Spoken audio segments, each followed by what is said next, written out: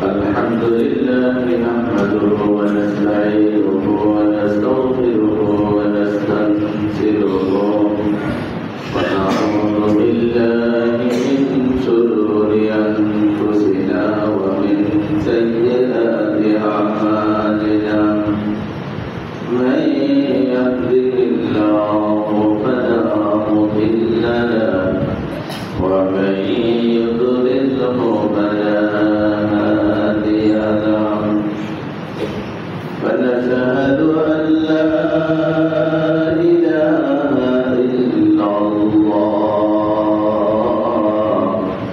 وحده لا شريك له ونشهد أن سيدنا وحبيبنا ومولانا محمدا عبده ورسوله أما بعد فقد قال الله تعالى في كلامه المجيد وفرقانه الحميد أعوذ بالله من الشيطان الرجيم بسم الله الرحمن الرحيم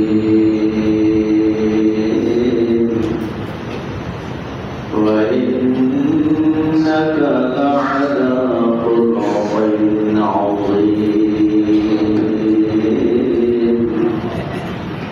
وقال رسول الله صلى الله عليه وسلم إن أسفل شيء يوضع في ميزان المؤمن يوم القيامة خلق حسن أو كما قال عليه الصلاة والسلام وقال تعالى في شأن حبيبه مخبرا وآخرا إن الله وملائكته يصلون على النبي يا أيها الذين آمنوا صلوا عليه وسلموا تسليما اللهم صل على سيدنا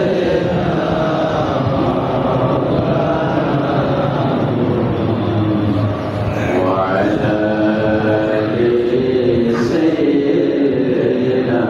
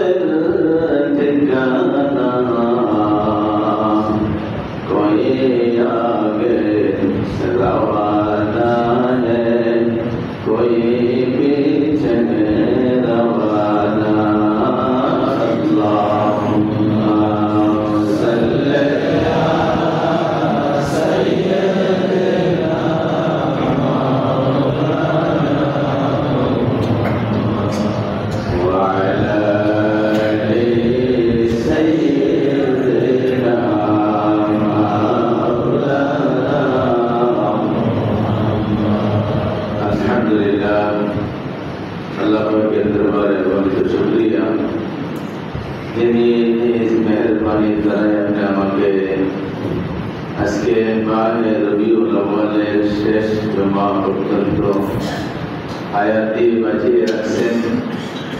আজকের এই পবিত্র জুমার দিনে জুমার নামাজ আদায়ের নিয়তে আল্লাহর ঘরে এসে উপস্থিত হতে পেরেছি।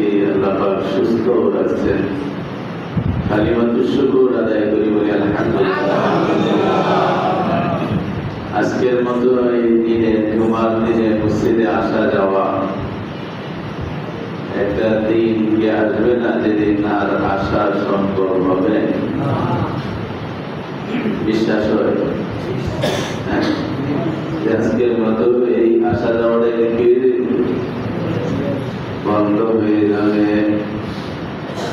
ঠিক আছে না? কিছুটা সত্যি আছে। আল্লাহ বন্ধ হয়ে যাবে। আসবো হয়তো জীবনের শেষ আশা, তো সেটাও আশা হবে না নিজের পায়ের দ্বারা। কথা ঠিক আছে? জীবনের শেষ আশা পাইয়ে থাকলে আবার আসবো, মসজিদের ভিতরে থাকা হবে না, জায়গা হবে মসজিদে বাহিরে। ঠিক আছে না? এই জন্য এই খুতবার ভিতরে ছোট্ট একটা উর্দু কবিতার লাইন পড়ছি, হাম সব মুসাফির হ্যায়। ঠিক আছে না? বুঝা যায়? হ্যাঁ, হাম সব মুসাফির হ্যায়, ওহি আখির ঠিকানা। আসল ঠিকানা কোথায়? মাটির নিচে, উপরে না, মাটির নিচে। कोई आगे रवाना है, कोई पीछे रवाना। কেউ একটু আগে যাইতেছে আর কেউ কিছুদিন পরে, কিন্তু যাইতে রাত্রি যতই আধার হোক, ভোরের আলো ভেসে উঠবেই। সন্দেহ আছে? খুব অন্ধকার, খুব লম্বা, কিন্তু ভোরের আলো যেভাবে উঠবেই। হ্যাঁ, তোমার আমার জীবন যতই লম্বা হোক আর সুখের হোক, কবরের ডাক একদিন আসবেই। কবরের ডাক আসবে। আল্লাহ যেহেতু আসবে, মুসাফির কানা। আল্লাহু আকবার। বলকের বাদশাহ ইব্রাহিম ইবনে আদম যথেষ্ট ধর্মপরায়ণ বাদশাহ ছিলেন।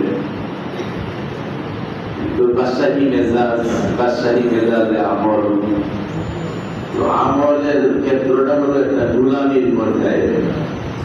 নাম হয়েছে আব্দুল, অর্থাৎ দাস, গোলাম।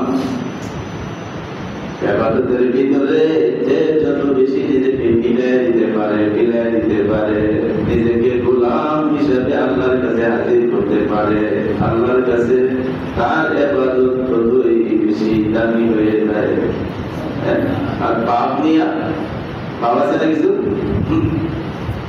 আছে না? নাই, আগানি যেত না, বেশি আগানি যেত না। আল্লাহু আকবার। শাহী বালাখানায় গভীর রাত্রে ইবাদতের ভিতরে মগ্ন আছে, আমাদের মতো ঘুমায় না, ইবাদতেই আছে। হঠাৎ করে ছাদের উপরে মনে হয় কোন প্রাণীর আওয়াজ, পুরা দৌড়াদৌড়ির আওয়াজ শোনা যাইতেছে। একটু খারাপ লাগবে, গভীর রাত, এই সময় ছাদের উপরে এতগুলি পাহারাদার প্রহরী, এইগুলি সব ভেদ করে কি আমার ছাদে আসলো। আল্লাহু আকবার। মিসকিন গরিব, বেশ এলোমেলো গ্যাস, কাপড় চোপড়ের অবস্থা ভালো না। রাগে তো আরো শরীর জ্বলে উঠছে রে,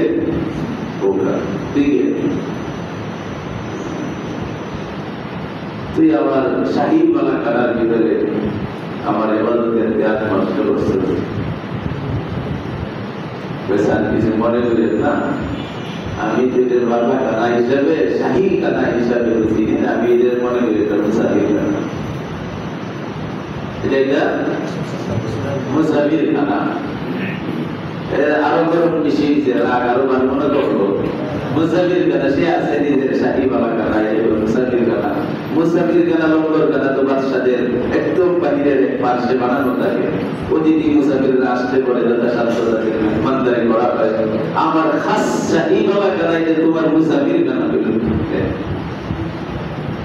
রাগ আরো বেশি উঠছে, এই ফকির কি বলতে চাও? বলে বলতে চাই একটা মুসাফির খানা।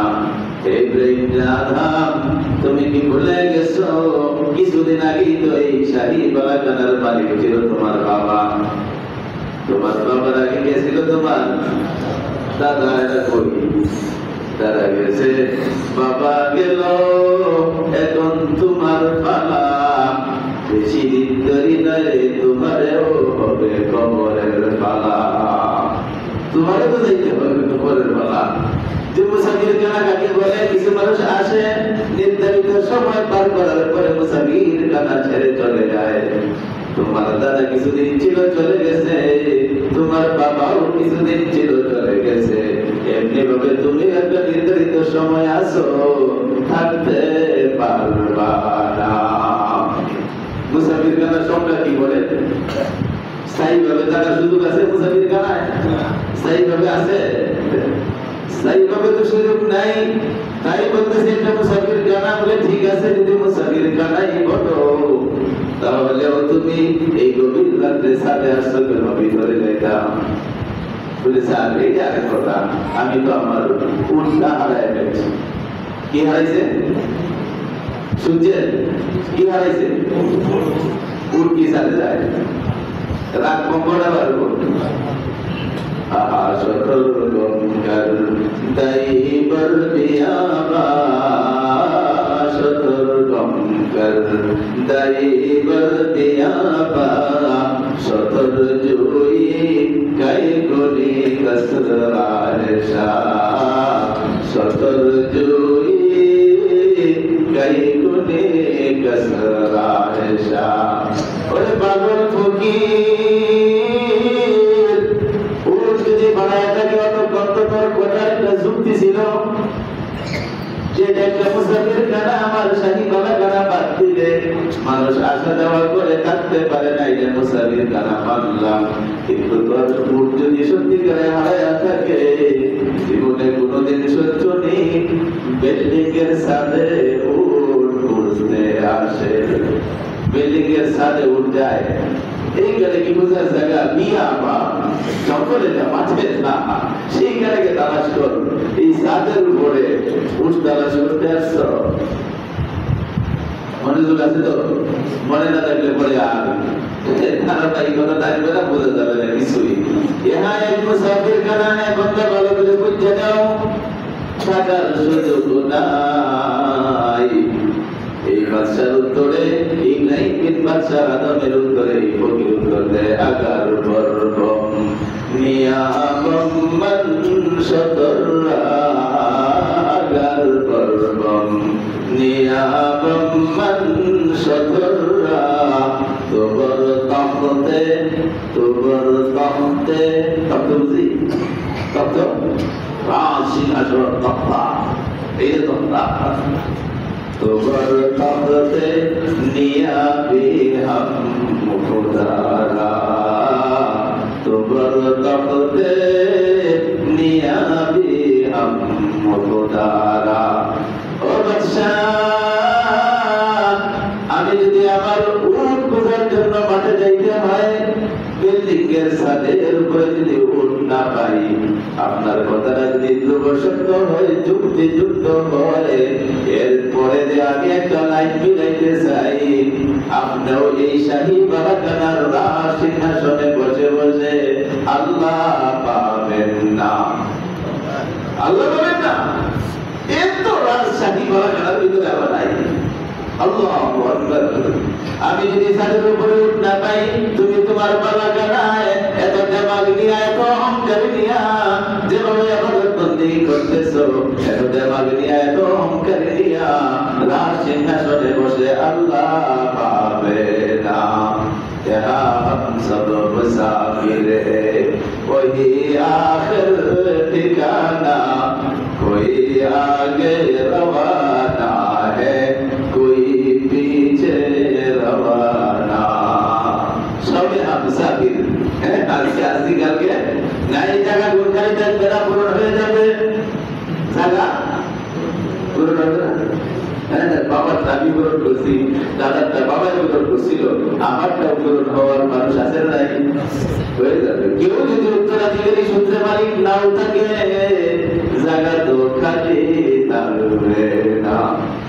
বলেন কবি আল্লাহু আকবার। এই আসা যাওয়ার জায়গায় দুনিয়ায় সফরটা শুরু হয়েছে আমাদের রূহের জগৎ থেকে। গত জুমার আলোচনা ছিল যে আল্লাহ পাক এই কোরআনকে শুধু তেলাওয়াত করে নবীকে পাঠাইছিলেন। মনে আছে কিছু? যেখানে তেলাওয়াত করো, এই কোরআন যদি এদেরকে বলে শোনাও, শুনাইতে থাকো, শুনাইতে থাকো। কেন?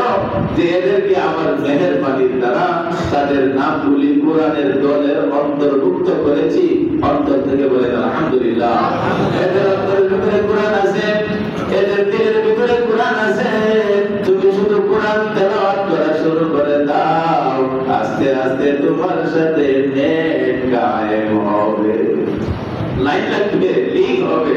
তেলাওয়াত শুরু করো। প্রথম জিম্মাদারি ছিল, নবুয়তের প্রথম মিশন ছিল ইয়াতলু আলাইহিম আয়াতিহি।